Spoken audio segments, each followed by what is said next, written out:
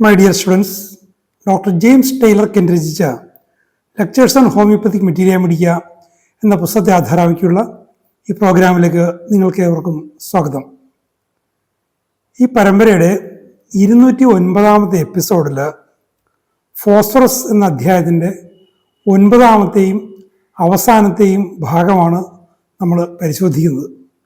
നമ്മൾ കഴിഞ്ഞ എപ്പിസോഡുകളിലായി ഫോസ്ഫറസ് എത്രമാത്രം പ്രധാനപ്പെട്ട, എത്രമാത്രം വ്യാപകമായി ഉപയോഗിക്കാവുന്ന ഒരു ഔഷധമാണ്, എത്രത്തോളം ആഴത്തിലത് പ്രവർത്തിക്കുന്നു, എത്ര ഗുരുതരമായ രോഗാവസ്ഥകളിൽ, സങ്കീർണവും വിചിത്രവുമായിട്ടുള്ള രോഗാവസ്ഥകളിലൊക്കെ ഉള്ളവരെ അത് സുഖപ്പെടുത്താൻ പര്യാപ്തമാണെന്ന് നമ്മൾ കണ്ടു കഴിഞ്ഞു.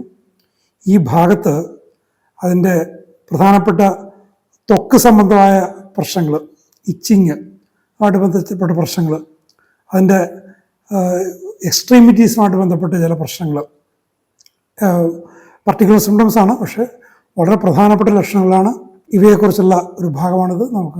അത് വിശദമായിട്ട് നമുക്ക് ശ്രവിക്കാം. In the limbs, we have paralytic weakness extending to both arms and legs, with trembling and numbness, paralysis of one or of both lower extremities or of the upper extremities with trembling and numbness.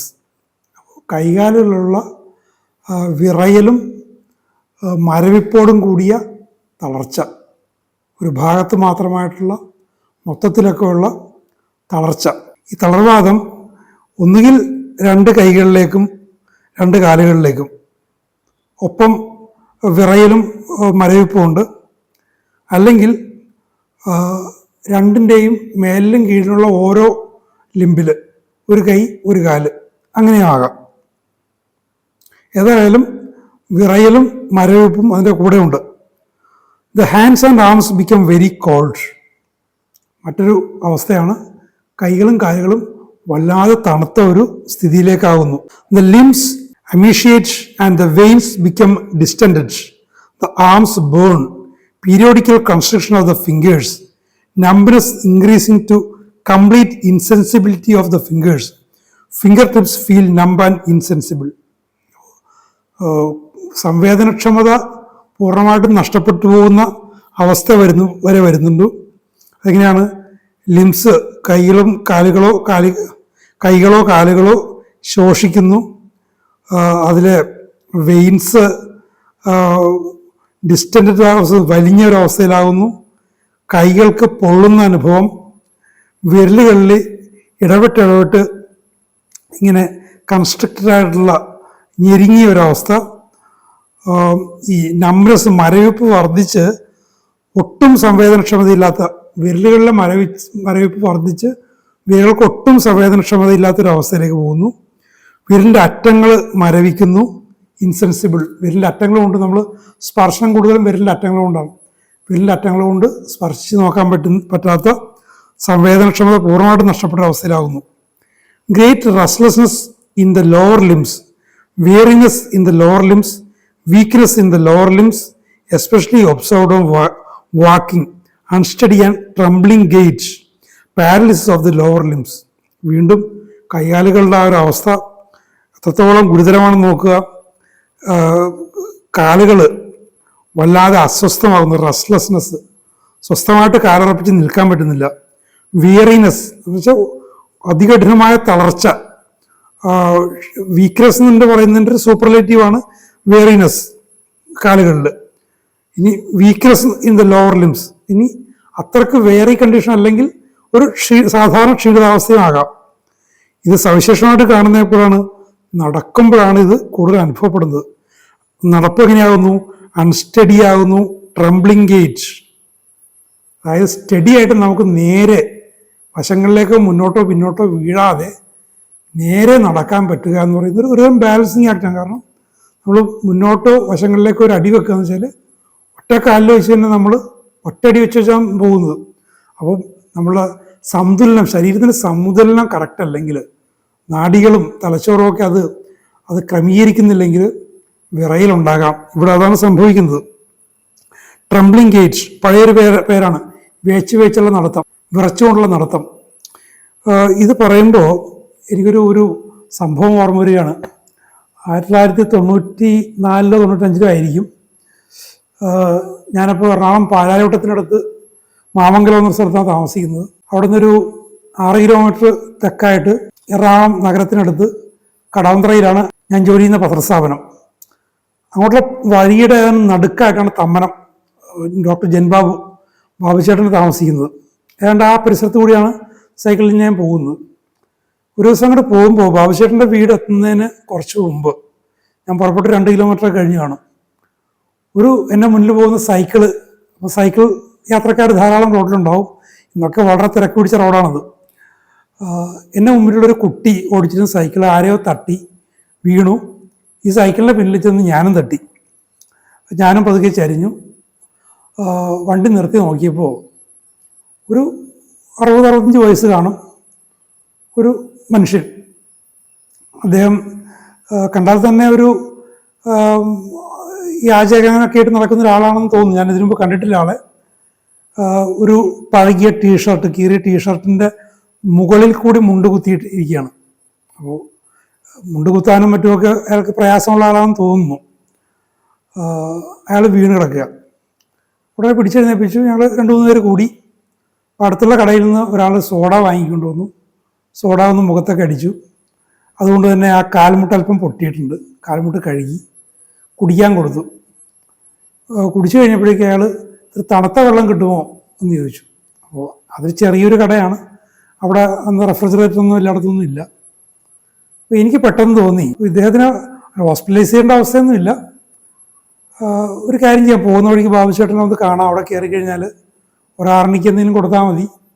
വല്ല ഇതൊരു കാലണ്ടിലെ അവൻ്റെ ഓയിൻമെൻ്റ് ഒന്ന് പുരട്ടി കൊടുത്ത് ആളെ വീടുണ്ടെങ്കിൽ വീട്ടിൽ കൊണ്ട് ആക്കുകയോ എന്തെങ്കിലും ചെയ്യാം എന്ന് കരുതി ഞാൻ ആ ഉത്തരവാദിത്വം ഏറ്റെടുത്തു. എൻ്റെ സൈക്കിളിൻ്റെ മുൻഭാഗത്തെ പടിയിൽ ഈ ആളെ ഇരുത്തിയിട്ട് ഞാൻ കൊണ്ടുപോയിക്കോളാം എന്ന് പറഞ്ഞുകൊണ്ട് അപ്പോൾ ആളും വന്നു. സംസാരിക്കാനൊരു പ്രയാസമുണ്ട്. സംസാരിക്കുമ്പോൾ ഇങ്ങനെ ചിലമ്പിച്ച ശബ്ദമാണ്. സ്പഷ്ടമായിട്ട് സംസാരിക്കാൻ പറ്റുന്നില്ല. ഞാൻ സൈക്കിളിൽ കയറ്റിയിരുത്തി ചവിട്ടി ബാബുചേട്ടൻ്റെ വീട്ടിൽ കൊണ്ടുവന്നു. അപ്പോൾ ഒരു 7:45-8 മണിയൊക്കെ ആയി കാണും. ബാബുചേട്ടൻ അന്ന് DHMS പഠിക്കുകയാണ്. പോകാൻ വേണ്ടി ഇറങ്ങാൻ ഡ്രസ്സ് മാറി പുസ്തകമൊക്കെ എടുത്ത് ഇറങ്ങുകയാണ്. അപ്പോൾ ഞാൻ ചെന്ന് കാര്യം പറഞ്ഞപ്പോഴേക്കും ആൾ വന്ന് വെള്ളമൊക്കെ എടുത്ത് ഒന്നുകൂടി വൃത്തിയാക്കിയിട്ട് കഴുകി ഇത്തിരി കാലണ്ടറിലൊക്കെ പുരട്ടി കൊടുത്തു. ഒരു ആർണിക്ക കൊടുത്തു. അപ്പോൾ ഈ പോകുന്ന വഴിക്ക് ഈ ആളുമായിട്ട് ഞാൻ പോകുന്ന വഴിക്ക് ഇതിൻ്റെ വിറയൽ ഞാൻ ശ്രദ്ധിച്ചു. ശരീരത്തിൽ നേരിതായിട്ട് വിറയ്ക്കുന്നുണ്ട്. ഞാൻ ചോദിച്ചു എന്താ സംഭവിച്ചതെന്ന് ചോദിച്ചപ്പോഴേക്കും നടക്കാൻ ബുദ്ധിമുട്ടുണ്ട്, വീഴാതെ സൂക്ഷിച്ച് മിക്കവാറും വടികുത്തിയൊക്കെ നടക്കുന്നു. അന്ന് വടിയെടുത്തിട്ടില്ലായിരുന്നു. അപ്പോൾ പതുക്കെ ഒന്ന് വേച്ച് പോയപ്പോൾ ഈ സൈക്കിൾ ഒന്ന് മുട്ടിയതാണ്. അപ്പോൾ പോകുന്ന വഴിക്ക് ഇയാൾ ചോദിക്കുന്നുണ്ട് ഇത്തിരി വെള്ളം, തണുത്ത വെള്ളം കിട്ടാമോ? അപ്പോൾ ഞാൻ കുറച്ച് ഈ തമ്മനം ജംഗ്ഷനിൽ ബാബുചേട്ടൻ്റെ വീട്ടിലേക്ക് തിരിയുന്ന ജംഗ്ഷനിൽ ചെന്ന് അവിടെ ഒരു സാധനം വലിയൊരു ബേക്കറി ഉണ്ട്. അവിടെ നിർത്തി ഒരു തണുത്ത സോഡാ നാരങ്ങ വാങ്ങിക്കൊടുത്തു. അത് പകുതിയെ കുടിച്ചുള്ളൂ, പകുതി കുടിച്ച് നിർത്തി. ബാബുചേട്ടൻ ഞാൻ പറഞ്ഞു ഈ തണുത്തത് ചോദിച്ചു ആൾ മേ ബി ഫോസ്ഫറസ് പേഷ്യൻസ് എന്ന് ഞാൻ ഇങ്ങനെ വെറുതെ പറയുകയും ചെയ്തു. ബാബുചേട്ടൻ പറഞ്ഞു ഏതായാലും അല്പം വൈകി. അന്ന് തമ്മനത്തുനിന്ന് ബസ്സുകൾ കുറവാണ്. 2 ബസ് മാറി വേണം ചോറ്റാനിക്കരെ പോകാൻ. ഇന്ന് ക്ലാസ്സിൽ പോകണ്ട. ഞാനും തൽക്കാലം ഉച്ചവരെങ്കിലും ഓഫീസിൽ പോകുന്നില്ല. നമുക്ക് ഏതായാലും ഒരാളെ കിട്ടിയതല്ലേ. അപ്പം അദ്ദേഹത്തിന് വീട് ഉണ്ട്. ഇയാൾ വിവാഹം കഴിച്ചിട്ടില്ല. സഹോദരൻ്റെ കൂടെ താമസിക്കുന്നത്. അപ്പോൾ അവിടെ നിന്ന് എന്തെങ്കിലും ഇത്തിരി വെള്ളമൊക്കെ കുടിച്ചിട്ട് ഇറങ്ങും. ഭക്ഷണമൊന്നും അവിടെ നിന്ന് കിട്ടുകയൊന്നുമില്ല. വലിയ നിവൃത്തിയുള്ള വീടുമല്ല. ഈ ആഴ്ചയ്ക്കാണ് കഴിയുന്നത്. അപ്പോൾ ആളെ ഒന്ന് കെയർ ചെയ്യാം എന്ന് കരുതി ഞങ്ങളിരുത്തി. ഞങ്ങൾ കുറച്ച് ബാബുചേട്ടൻ ഉണ്ടാക്കി വെച്ച ഭക്ഷണത്തിൽ കുറച്ച് ബാക്കിയുണ്ടായിരുന്നു. ആ ഭക്ഷണമൊക്കെ കൊടുത്തു. ഞങ്ങളിരുന്ന് കുറേ സംസാരിച്ചു.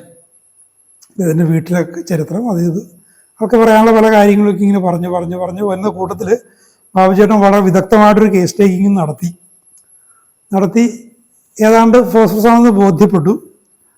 പിന്നെ ആളെ ഒന്ന് കുറച്ചു നേരം കിടക്കാനുണ്ടെന്ന് വിട്ടു, ഒന്ന് വിശ്രമിക്കാൻ വേണ്ടിയിട്ട് നടത്തിയൊക്കെ നോക്കി. എന്നിട്ട് ഞങ്ങളിരുന്നൊന്ന് റിപ്പർട്ടൈസ് ചെയ്തു. മെറ്റീരിയൽ പിടിക്കുകയൊക്കെ നോക്കി. ഫോസ്ഫറസ് തന്നെ.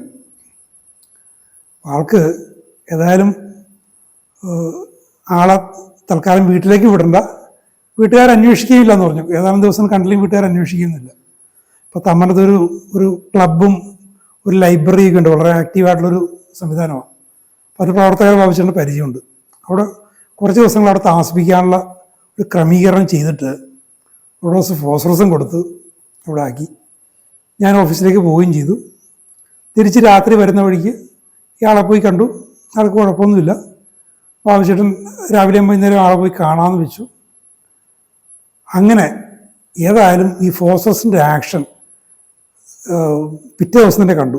പിറ്റേ ദിവസം വെച്ചാൽ ആൾക്ക് കടുത്ത വയറിളക്കം വന്നു. അപ്പോൾ ഈ ലൈബ്രറിക്കാർ തന്നെ നിങ്ങൾ പറഞ്ഞിരുന്നു മരുന്ന് കൊടുക്കണമെങ്കിൽ ഹോമിയോപ്പതി കൊടുക്കാവൂ, അതും കഴിവതും ആവശ്യമായിട്ട് ചോദിക്കണം, ഫോണും കാര്യങ്ങളൊന്നും ഇല്ലല്ലോ. അപ്പോൾ അവർ അടുത്തൊരു മറ്റൊരു ഹോമിയോപ്പാത്തിൻ്റെ അടുത്ത് കൊണ്ടുപോയി. അപ്പോൾ ആവശ്യത്തിന് ചെറിയൊരു കുറിപ്പ് കൊടുത്തിട്ടുണ്ടായിരുന്നു, ഹോമിയോപ്പതി ഡോക്ടറെ കൊണ്ടുപോവുകയാണെങ്കിൽ ഇത് കാണിക്കണം, ഫോസ്ഫറസ് കൊടുത്തിരുന്നു എന്ന് എഴുതിയെന്നൊരു കുറിപ്പാണ്. അപ്പം അന്നൊരു അറിയപ്പെടുന്ന ഡോക്ടറാണ്, ആവശ്യത്തിന് അറിയാം, ഡോക്ടർ അശോകൻ. ആ ക്ലിനിക്ക് ഇപ്പോഴും ഉണ്ട്. അപ്പോൾ അവിടെ കൊണ്ടുവന്ന് മരുന്നൊക്കെ മേടിച്ചു കൊടുത്തു. കുറച്ച് ദിവസങ്ങൾ ആൾ കിടപ്പായി, പനിയൊക്കെ വന്നു. ഞങ്ങളൊക്കെ രാവിലെ വൈകുന്നേരമൊക്കെ ആളെ നോക്കുമായിരുന്നു. ഏതായാലും ഒരാഴ്ച കഴിഞ്ഞപ്പോൾ ഈ ആളുടെ വിറയൽ മാറി, ഈ വേച്ച് നടക്കൽ മാറി. ആൾ സ്റ്റഡിയായിട്ട് നടക്കാൻ പറ്റുന്നൊരു അവസ്ഥയായി. എങ്കിലും സംസാരിക്കുമ്പോഴുള്ളൊരു പ്രയാസമുണ്ട്, നേരിയ വിറയലൊക്കെ ഉണ്ട്. എങ്കിലും വേച്ച് വെക്കാതെ, അപകടം കൂടാതെ, ആൾക്ക് വടി കൂടാതെ നടക്കാവുന്നൊരവസ്ഥയായി. അപ്പോൾ ആളെ വീണ്ടും നമ്മൾ വീട്ടിൽ കൊണ്ടേ ആക്കി. വീട്ടുകാരുടെ കാര്യങ്ങളൊക്കെ പറഞ്ഞു, ഒരു ചികിത്സ നടത്തുന്ന കാര്യം പറഞ്ഞു. പാവച്ചേട്ടൻ കുറച്ച് പൈസ തന്നിരുന്നു. ഞാനും കുറച്ച് പൈസ ചേർത്ത് അവിടെ വീട്ടിലേൽപ്പിച്ചിട്ട് 1 മാസം ആളെ പുറത്ത് വിടാതെ ആളെ നിങ്ങൾ നോക്കണം, ഭക്ഷണം കൊടുക്കണം. അത് എൻ്റെ ഓഫീസിലെ നമ്പർ, പാവച്ചേട്ടൻ്റെ ഫോൺ നമ്പറൊന്നുമില്ല, എൻ്റെ പത്രാഫീസിലെ നമ്പർ കൊടുത്തു, എന്തെങ്കിലും എന്നെ വിളിക്കാം, ഞാൻ വരിക പണം തരികയൊക്കെ ചെയ്യാമെന്നൊക്കെ പറഞ്ഞു. അങ്ങനെ ഏൽപ്പിച്ചു. ആൾക്കാർക്ക് പനിയൊക്കെ വന്നു. പനി വന്നപ്പോഴും ഞങ്ങൾ പോയിട്ട്, കുറച്ച് ദൂരെയാണുള്ള വീട്, പോയി മരുന്നൊക്കെ കൊടുത്തു. ചുരുക്കി പറഞ്ഞാൽ ഒരു 7-8 മാസം കൊണ്ട് ഇയാൾ ഏതാണ്ട് പൂർണ്ണ സൗഖ്യമായി. ഒട്ടും വിറയില്ല, വളരെ സ്ഫുടതയോട് സംസാരിക്കാവുന്ന അവസ്ഥ വന്നു. അപ്പിറ്റേറ്റൊക്കെ ശരിയായി. ഈ തണുത്ത വെള്ളത്തോടുള്ള ക്രേവിങ് അവസാനിച്ചു. അങ്ങനെ വന്നു കഴിഞ്ഞപ്പോൾ ഇയാൾക്കൊരു ചെറിയ ജോലി വാങ്ങിച്ചു കൊടുത്ത് റിഹാബിലിറ്റേറ്റ് ചെയ്യാം. അന്ന് എനിക്ക് ജേർണലിസ്റ്റ് എന്ന രീതിയിൽ ധാരാളം സ്ഥാപനങ്ങളായിട്ട് ബന്ധമുണ്ട്. ഒരു ചെറിയ ജോലി വാങ്ങിച്ചു കൊടുക്കാൻ പ്രയാസമൊന്നുമില്ല. അങ്ങനെ എറണാകുളം കാക്കനാട് വ്യവസായ മേഖലയിലുള്ളൊരു കമ്പനി MD പറഞ്ഞിട്ട് അവിടെ ഒരു കാവൽക്കാരൻ കമ്പ്യൂൺ അവിടെ തന്നെ താമസിക്കുകയും ചെയ്യാം. അങ്ങനെ ജോലി വാങ്ങിക്കൊടുത്തു, അവൾ സെറ്റിലായി. അപ്പോൾ ഈ അനുഭവം, ഇതേപോലെ ചില അനുഭവങ്ങൾ ഞാൻ പറയാൻ കാരണം വെച്ചാൽ, ഒരു ഹോമിയോപ്പാത്ത് എന്ന നിലയിൽ ഏവർക്കും അവരുടെ പ്രാക്ടീസ് കൺസോൾട്ടേറ്റ് ചെയ്യാനും ഒരു നല്ലൊരു ജീവിതം കെട്ടിപ്പടുക്കാനുമുള്ള അവകാശമുണ്ട്. അത് ചെയ്യുകയും ചെയ്യണം. പക്ഷെ അതിനോടൊപ്പം ഹോമിയോപ്പതിക്കായി അല്ലെങ്കിൽ സമൂഹത്തിൽ കെയർ കിട്ടാത്തവർക്കായി എന്തെങ്കിലുമൊക്കെ ചെയ്യാനുള്ള ഒരു കടമ കൂടി ഹോമിയോപ്പാസിന് ഉണ്ട്. അതുകൊണ്ട് 2 ഗുണങ്ങളാണുള്ളത്. ഒന്ന്, അത്തരം വ്യക്തികളുടെ ജീവിതം മെച്ചപ്പെടുന്നു, ജീവിത സാഹചര്യങ്ങൾ മെച്ചപ്പെടുന്നു. അതും ഹോമിയോപ്പതിയുടെ ഒരു പ്രഖ്യാപിത ലക്ഷ്യം, ഒന്നാമത്തെ തന്നെ പ്രഖ്യാപിത ലക്ഷ്യമാണ്. രണ്ടാമത്, ഇതിൻ്റെ കൂടെ സ്വാഭാവികമായിട്ട് നടക്കുന്നത് ഈ ഹോമിയോപ്പതിയുടെ മഹത്വം സമൂഹത്തിൽ ഉയർത്താൻ നമുക്ക് സാധിക്കും. ഇപ്പം ഇങ്ങനെയുള്ള വ്യക്തികൾ ഒരു 10 പേരോടെങ്കിലും പറയും ഹോമിയോപ്പതിയിലൂടെ അവർക്ക് രോഗശാന്തി കിട്ടി. നമ്മൾ പറയാതെ തന്നെ പലരും കാണുന്നുണ്ടിത്. അവരിലൂടെ ഹോമിയോപ്പതിയെ കൊണ്ട് അവർ പൊതുവേ സമൂഹത്തിലുള്ള ആ ധാരണയ്ക്കപ്പുറം വലിയ സാധ്യതയുള്ളൊരു സിസ്റ്റമാണ് ഹോമിയോപ്പതി എന്നുള്ള ബോധ്യം അവർക്ക് കിട്ടും. കഴിയുന്ന സാഹചര്യങ്ങളിലൊക്കെ ഇത്തരം കാര്യങ്ങൾ ഒറ്റയ്ക്ക് പറ്റില്ലെങ്കിൽ ഇപ്പോൾ സംഘടനകളൊക്കെ വളരെ സജീവമാണ്, അന്നത്തേക്കാളും വളരെ സജീവമാണ് സംഘടനകൾ. സൗകര്യങ്ങൾ പലതുമുണ്ട്, റിഹാബിലിറ്റേഷൻ സെൻറ്റേഴ്സ് ഉണ്ട്, പാലിയേറ്റീവ് കെയർ പ്രസ്ഥാനങ്ങൾ വളരെ ശക്തമാണ്. അവരോടൊക്കെ ചേർന്ന് ഇത്തരം കാര്യങ്ങളൊക്കെ ചെയ്യാവുന്നതാണ്. അപ്പോൾ ആ കാര്യം ഒന്ന് ഓർമ്മിപ്പിക്കാൻ വേണ്ടിയിട്ടാണ് ഈ ഒരു അനുഭവം ഞാൻ നിങ്ങളുമായി പങ്കുവെക്കുന്നത്. Acute inflammation of the joints of the knees and hip joints, മുട്ടിൻ്റെ സന്ധികളിൽ, ഹിപ്പ് ജോയിൻറ്റിലൊക്കെയുള്ള വളരെ കടുത്ത നീർവീക്കം. Burning, tearing pains in the limbs from exposure to cold, ഒരു പ്രധാനപ്പെട്ട മൊഡാലിറ്റി. തണുപ്പടിക്കുന്നതുകൊണ്ട് പൊള്ളുന്ന, വല്ലാതെ ഇങ്ങനെ വലിച്ച് കീറുന്ന പോലുള്ള വേദനകൾ, ലിംസിൽ, കൈകാലുകളിൽ. Rheumatism of the joints and muscles, സന്ധികളിലും പേശികളിലും വാദം. Stiffness of the joints on becoming cold, തണുപ്പടിച്ചുകൊണ്ട് സന്ധികൾ ഉറച്ചു പോയതുപോലെ, സ്റ്റിഫായതുപോലെ, ചലിപ്പിക്കാൻ പ്രയാസമുള്ളതുപോലെ. Rheumatism of the joints.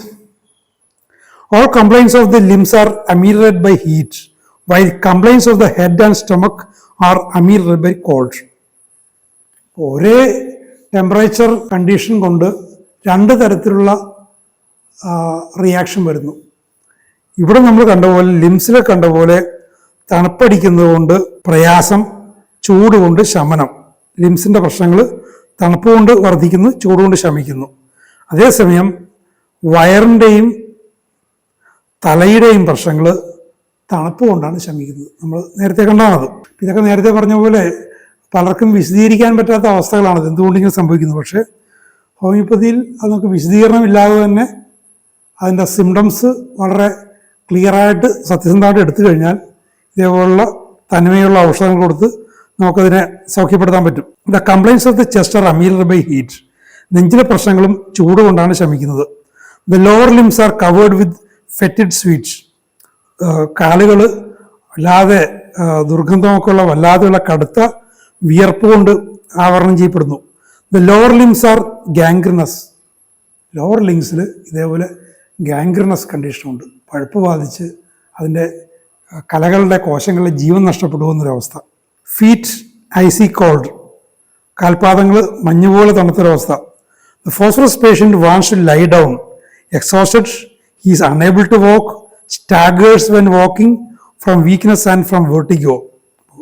നടക്കാൻ പ്രയാസമുണ്ട്, സ്റ്റാഗറിങ് നമ്മൾ നേരത്തെ പറഞ്ഞ പോലെ ട്രംബ്ലിംഗ് ഗേറ്റ് പോലെ അല്ലെങ്കിൽ പോലും ഒരു മദ്യപിച്ച് ഒരു ലഹരി പിടിച്ചൊരാൾ നടക്കുന്ന പോലെ സ്റ്റാഗറിങ്. അതെന്തുകൊണ്ടാണ്? ക്ഷീണം കൊണ്ടും തലകറക്കം കൊണ്ടുമാണ്. അതൊക്കെ തലകറക്കം വരുന്നുണ്ട്, ക്ഷീണമുണ്ട്, കിടക്കണം എന്നുള്ള തോന്നൽ. A gradual progressive weakness crepes over him, ക്രമേണ ഉള്ളൊരു തളർച്ച അയാളുടെ മേലിങ്ങനെ കയറി വരികയാണ്. വീക്ക്നെസ്, ട്രംബ്ലിംഗ്, ഫെയിൻറ്റ്നെസ്, തളർച്ചയുണ്ട്, വിറയലുണ്ട്, ഫെയിൻ്റായി പോലെ. Jerking and twitching of the muscles, spasms of the paralysed parts. അപ്പോൾ പേശികളിൽ വിറയൽ, വലിച്ചുകോച്ചൽ ഒക്കെ ഉണ്ട്. തളർന്നുപോയ തളർവാദം വന്ന ഭാഗങ്ങളിലും വലിച്ചുകോച്ചലുണ്ട്. Epilepsy, convulsions, neuralgic pains of the various part of the body and of the limbs, especially ameliorated by heat.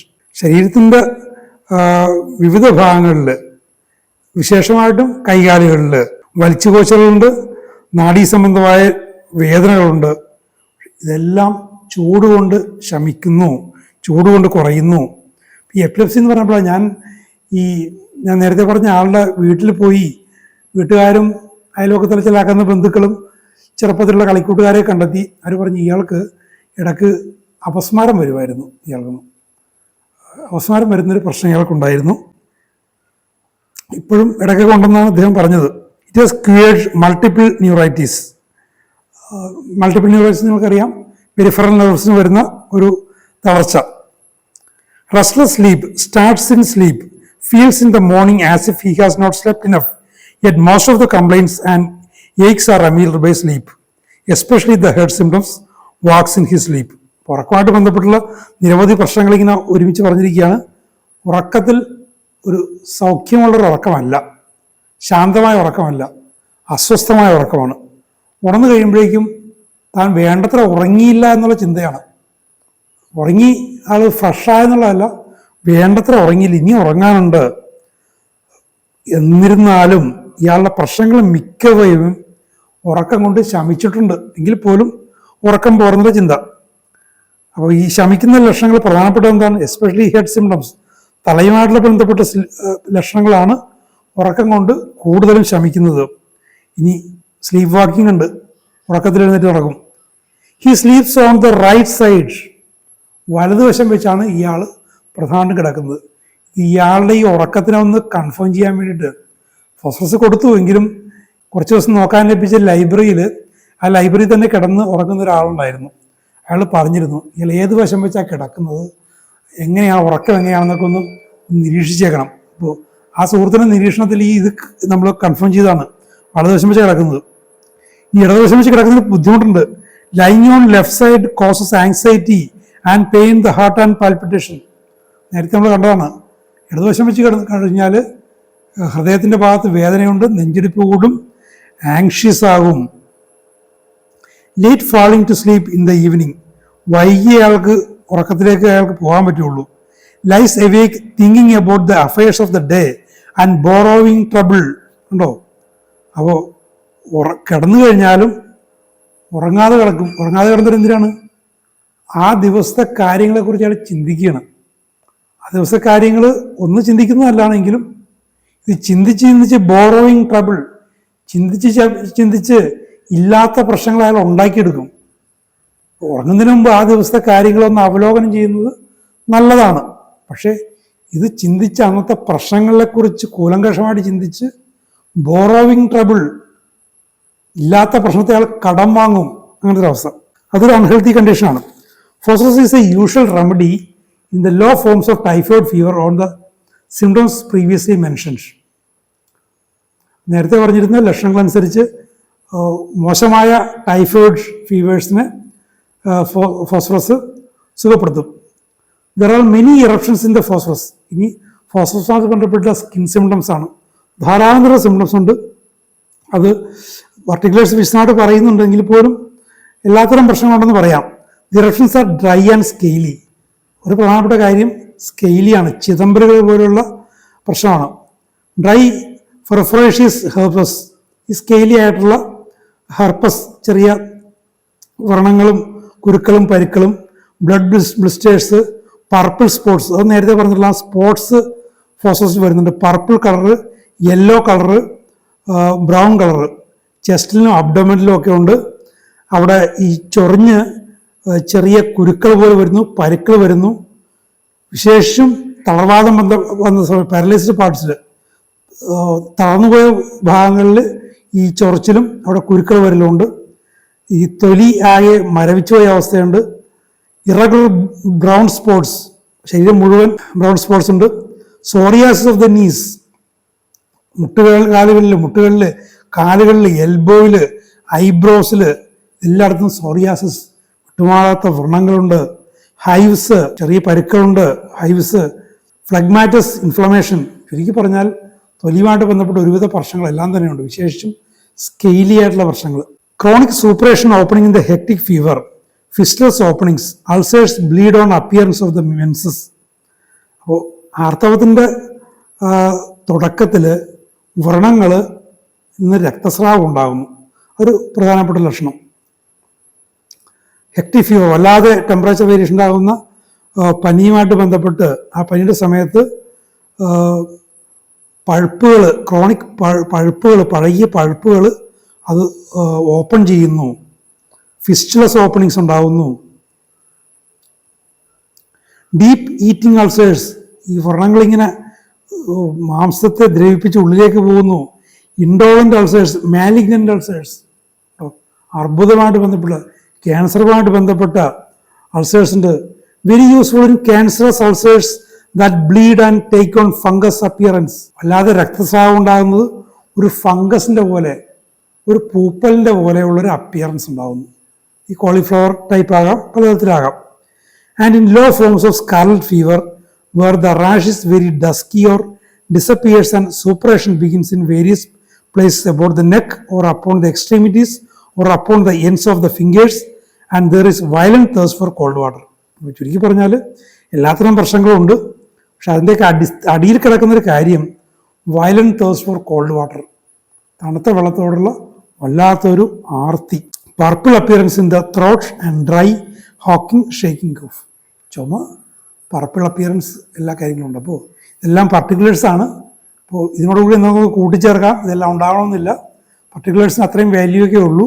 എങ്കിൽ പോലും ഇത്തരം അവസ്ഥകളെല്ലാം ഫോസ്ഫറസ് കവർ ചെയ്യുന്നു എന്നുള്ള കാര്യം അറിഞ്ഞിരിക്കണം. ഫോസ്ഫറസ് ജനറൽ കണ്ടീഷനാണ് ഇവിടെ എല്ലാം നമ്മൾ മറക്കാൻ പാടില്ലാത്തത്. കണ്ടത് ആവർത്തിച്ച് പറയുകയും ചെയ്യുന്നുണ്ട് ഉണ്ടോ. And there is violent thirst for cold water ഉണ്ടോ. വയലന്റ് തേഴ്സ്റ്റ്, വല്ലാത്ത ദാഹം തണുത്ത വെള്ളത്തോട്. ആ ഒരു വയലൻസ് അത്രക്ക് വയലൻ്റായിട്ട് തോന്നിയില്ലെങ്കിലും ഞാൻ നേരത്തെ കൊണ്ട രോഗിക്ക്, അയാൾക്ക് തണുത്ത വെള്ളത്തോട് അയാൾക്ക് വല്ലാത്തൊരു താല്പര്യം ഉണ്ടായിരുന്നു. കാരണം അദ്ദേഹം ഒത്തിരി ലജ്ജയോടാണെങ്കിലും 2 തവണ പറഞ്ഞു. ഞാൻ സൈക്കിളിൽ കയറ്റിയിരുത്തി ചവിട്ടിക്കൊണ്ട് പോവുകയാണ്. അപ്പോൾ എന്നോട് ചോദിക്കുന്നുണ്ട് എന്താണ് ജോലിയുണ്ടോ, ഓഫീസ് എത്ര മണിക്കാണ്? ഞാൻ ഒരു 9 മണിയാണ്, എങ്കിൽ ഞാനൊരു 8:30 ആകുമ്പോൾ എത്തും ഞാനവിടെ. അപ്പോൾ ആൾക്കതിലൊരു റിഗ്രറ്റ് ഉണ്ട്. എന്നാൽ പോലും തണുത്ത വെള്ളം വേണമെന്നുള്ള കാര്യം ആവർത്തിച്ചു, 2 തവണ ആവർത്തിച്ചു. അപ്പോൾ ആ ഒരു വയലന്റ് ക്രേവിംഗ് ആണ് അതിൻ്റെ പിന്നിൽ കാണുന്നത്. ഫോസ്ഫറസിൻ്റെ പ്രധാനപ്പെട്ട ലക്ഷണമാണ്. അപ്പോൾ ഫോസ്ഫറസിനെ കുറിച്ച് വളരെ പ്രധാനപ്പെട്ട വളരെ സമഗ്രമായ ചിത്രം ഈ അധ്യായത്തിൽ നിന്ന് ലഭിക്കുന്നുണ്ട്. അതൊക്കെ ശരിയായ രീതിയിൽ പഠിക്കുക, മറ്റൊരു മെറ്റീരിയലുമായിട്ട് കമ്പയർ ചെയ്യുക, ആവശ്യമായ നോട്ട്സൊക്കെ തയ്യാറാക്കുക, ശരിയായ രീതിയിൽ കേസ് സ്റ്റഡി ചെയ്ത് ഉചിതമായ സന്ദർഭങ്ങളിൽ മിനിമം കണ്ടീഷനിൽ ശരിയായ രീതിയിൽ അപ്ലൈ ചെയ്യുക, രോഗികൾക്ക് സൗഖ്യം നേടിക്കൊടുക്കുക. നമുക്ക് അടുത്ത എപ്പിസോഡിൽ നമ്മൾ നേരത്തെ പറഞ്ഞ പോലെ അലുമിന ഫോസ്ഫോറിക്കയാണ് നമ്മൾ പറഞ്ഞത്. ഫോസ്ഫറസിനെ കുറിച്ച് കൂടി മനസ്സിലാക്കിയ ശേഷം അലുമിനിയം ഫോസ്ഫോറിക്കയിലേക്ക് കടക്കാം എന്നാണ് നമ്മൾ പറഞ്ഞിരുന്നത്. അപ്പോൾ അടുത്ത എപ്പിസോഡിൽ നമുക്ക് അലൂമിനിയം ഫോസ്ഫോറിക്ക നമുക്ക് ആരംഭിക്കാം. Thank you very much for watching.